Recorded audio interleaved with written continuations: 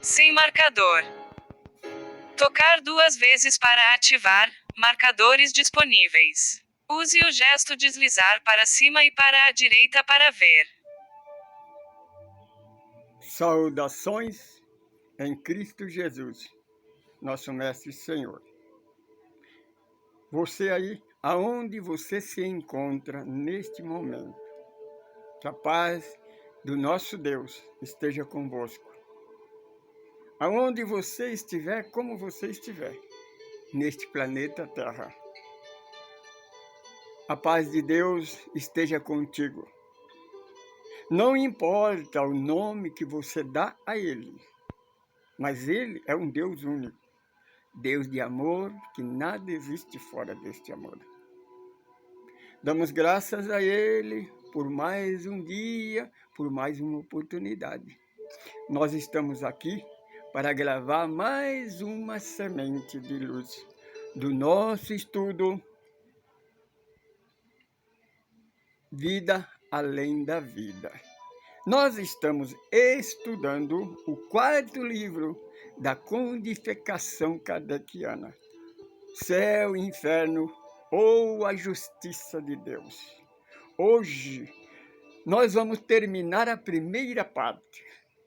Nós vamos analisar o capítulo 11,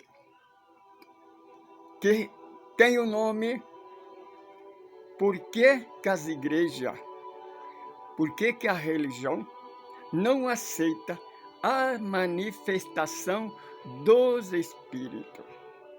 Nós vamos analisar pela Igreja Católica, pela Bíblia e pela terceira revelação, a doutrina dos Espíritos. Começamos pela Igreja Católica. A Igreja Católica, Espírito, ela chama de alma. Alma é uma pessoa que já morreu. Ela não acredita na manifestação, mas ela acredita na alma.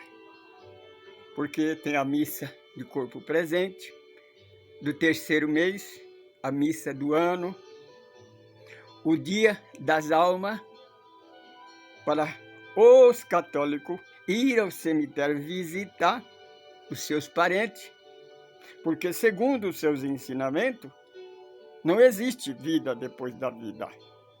Morre, vai para o cemitério, vai dormir lá, esperar Jesus voltar.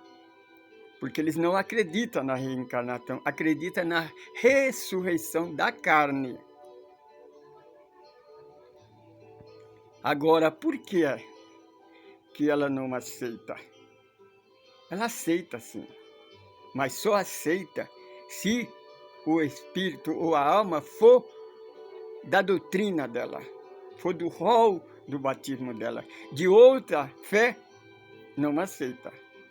Porque para ser um espírito de luz, tem que estar vestido de freira ou de batina, ou a veste de papal. Aí eles aceitam. Por exemplo, nos interior existe fábula de espíritos maléficos que se manifesta principalmente na quaresma, como mula sem cabeça, saci pererê, tem vários nomes. Não vamos falar, porque cada lugar tem um nome. Agora nós fazemos uma pergunta, porque perguntar não ofende. Por que é que os espíritos do mal podem se manifestar? O espírito, não os de luz, os anjos, mas os simples, aqueles que não fazem mal a ninguém, aqueles que é simples, humilde, por que eles não podem manifestar? Ah, mas está escrito na parábola do rico e o Lázaro, que quem está lá não pode vir para cá. Ah, não pode? Então, explica para nós a manifestação do Monte Tabor, o Monte da Transfiguração. Lá no Novo Testamento, quando Jesus chamou Pedro, Tiago e João, subiram ao Monte Tabor. E Jesus disse a ele: fica aqui que eu vou ali orar. Quando Jesus começou a orar, resplandeceu a luz. E eles perceberam duas figuras ao lado de Jesus, Moisés e Elias. Agora eu faço uma pergunta para você, que não acredita na reencarnação. Você que não acredita que espírito que já morreu pode voltar e aparecer, porque segundo a teologia da igreja, quem se manifesta é espírito de Satanás. Espírito de luz não pode, aliás, espírito comum não pode se manifestar. Então pergunta para você, primeira coisa, se o espírito que morre não pode manifestar, que a igreja proíbe, Deus proíbe, por que Jesus permitiu? Porque Moisés e Elias já estavam mortos. Moisés havia morrido há 1000 anos atrás, antes de Cristo. Elias, mais ou menos 700 anos antes de Cristo. E ele estava ali. Você que não acredita na reencarnação, como é que Pedro e João e Tiago sabiam que aqueles dois espíritos que estavam ali conversando com Jesus era Moisés e o outro era Elias? Como é que ele sabia? Se não existe a reencarnação, não tinha fotografia. Naquele tempo não tinha cinema, não tinha internet. Como é que ele sabia que era Moisés e Elias? Você pode explicar? Não, explica para você mesmo. Agora nós vamos falar de uma aparição de um espírito muito conhecido. É a Fátima, em Portugal. Aquela virgem que apareceu para os 3 meninos, lá na ilha de Irias. Bem, nós vamos falar, não vamos falar da história, vamos falar da profecia, da última profecia que ela fez. As 3 revelações. Então ela revelou 2. E disse que a terceira revelação seria revelado quase no final, no 3º milênio, pelo um papa, tinha que ser papa. Não pode ser outra pessoa, tem que ser papa. Santo. Então, João Paulo II, que era que tinha testemunho de cristão, ele revelou esse segredo. Só que tem um porém. Para quem conhece a Bíblia, para quem estuda a Bíblia, tem um porém. Essa profecia, que era um segredo, não era segredo. Porque isso está escrito. João Evangelista escreveu essa profecia no 2º século depois de Cristo. Só que tem uma coisa. João Evangelista escreveu as pessoas que não entrariam no reino do céu. Os mentirosos, os feiticeiros, os pagãos, os homossexuais. Agora tem um porém. Ela falou tudo, nem tudo o que João falou, porque a última frase ela não falou. Porque a última frase ela disse que os idólatras, aquele que adora imagem de escultura, também não entrarão no reino do céu. E não é criação de João Evangelista, não. Porque não adorar a imagem de escultura está na Torá. Está nos 10 mandamentos. O primeiro mandamento proíbe a adoração de imagem de escultura. Na Torá, proíbe com maldição. Quem adora imagem de escultura, maldito quem faz, maldito quem adora. E aí? Como é que fica? Agora vamos na Bíblia. Lá no dia de Abraão, Abraão estava na tenda orando, de repente chegou 2 mensageiros. Não tinha asa, não estava vestido de papa nem de sacerdote, não brilhava com luz, era um homem comum, era dois, varão comum, como a veste da era simples. Abraão, que era espiritual, sabia que eles eram mensageiros, recebeu ele como mensageiro, não repreendeu eles não, e obedeceu fielmente o que ele mandou fazer. Isso no Velho Testamento, né? Porque tem várias passagens no Velho Testamento. Agora tem lá no Atos dos Apóstolos, no Novo Testamento, Paulo estava meditando, estava orando quando apareceu um varão para ele. Não era anjo não, não tinha asa, não estava vestido de batina, nem de papa, nem resplandecia a luz, era um homem comum. Dr. Lucas escreve que ele estava com as vestes normal de um trabalhador de Macedônia. E aquele espírito, então, era espírito, não era uma pessoa normal, carne e osso, era espírito. E ele disse para Paulo, passa em Macedônia, vai falar para nós sobre Jesus de Nazaré. Paulo não repreendeu ele, não disse, vai direto Satanás, não, e nem esconjurou. Paulo obedeceu ele, foi fazer o que ele mandou fazer. Por quê? Porque segue aquilo que ele pregava. Mesmo que desse um anjo do céu, ele deu uma outra doutrina que não seja do evangelho, não aceita porque é falsa. Por exemplo, a trindade que a igreja criou. Esse espírito que se manifesta, fala em língua e profetiza é falso. Porque a trindade não existe espiritualmente falando. Foi criação da Igreja Católica no 2º século e meio, mais ou menos, que a Igreja Católica criou. Por que trindade? Porque a Igreja é a descendência do Império Romano. Os pagãos, ele não era monoteísta. Eles adoravam 3 deuses. Por isso a razão de Deus Pai, Deus Filho, Deus Espírito Santo.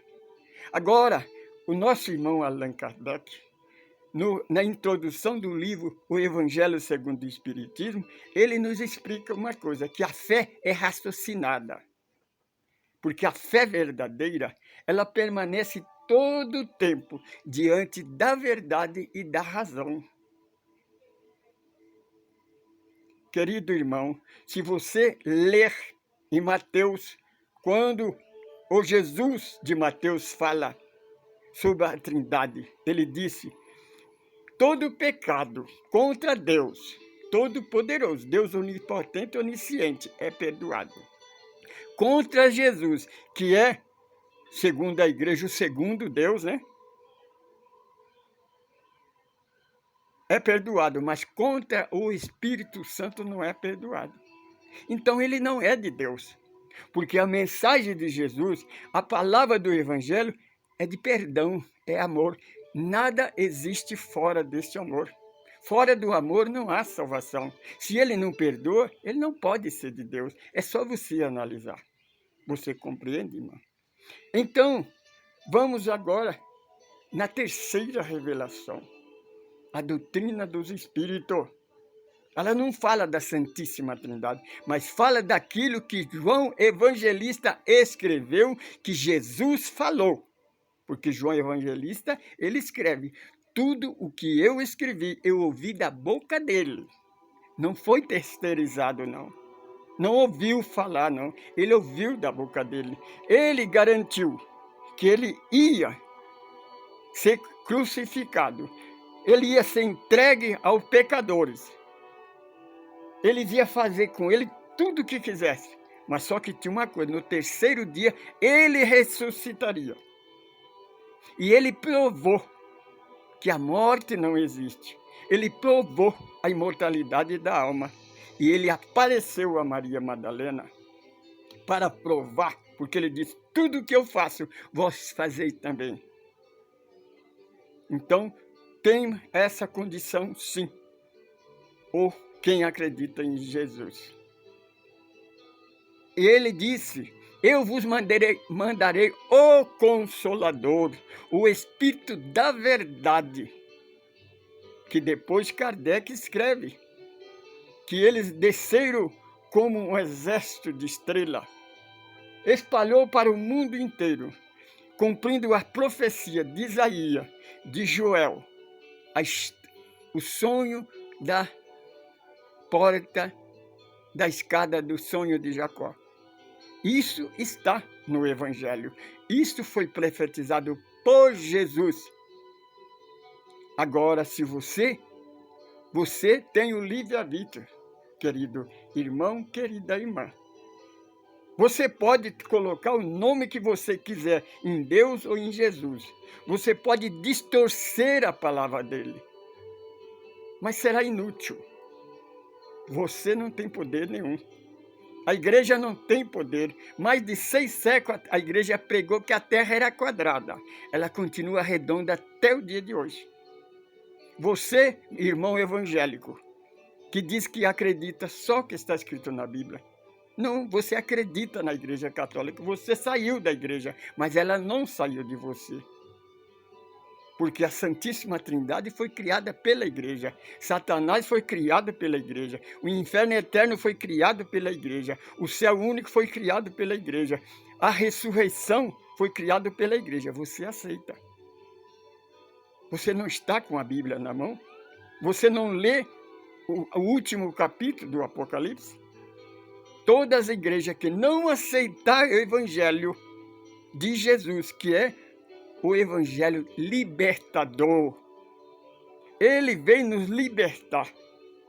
Não foi do pecado que a igreja inventou, não. Ele veio nos salvar da escravidão religiosa, da lei do pecado e da morte.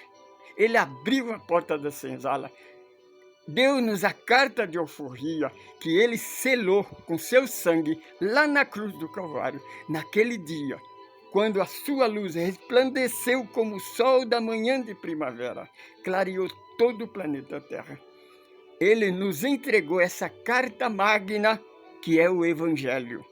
Portanto, nós convidamos a você, irmão católico, a você, irmão evangélico protestante, nós convidamos você a aceitar Jesus como ele é, não como a igreja quer que ele seja. Quer saber mais sobre nós? Entra na nossa página Caminho do Amor Francisco Pedro, Semente de Luz. Ou nos procura na USE, na União da Sociedade Espírita de Carapicuíba. Você nos encontrará como Grupo Espírita O Caminho do Amor. Assista os nossos estudos. Nós temos mais ou menos 230 vídeos no YouTube e no Facebook. Examina, faça aí um diálogo, analisa o nosso estudo, questiona, venha nos conhecer, entre em contato conosco, nós estaremos de braço aberto para receber você.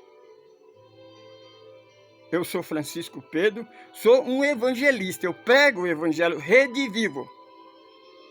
Eu sou um administrador desse grupo. Saudações em Cristo Jesus, nosso Mestre e Senhor.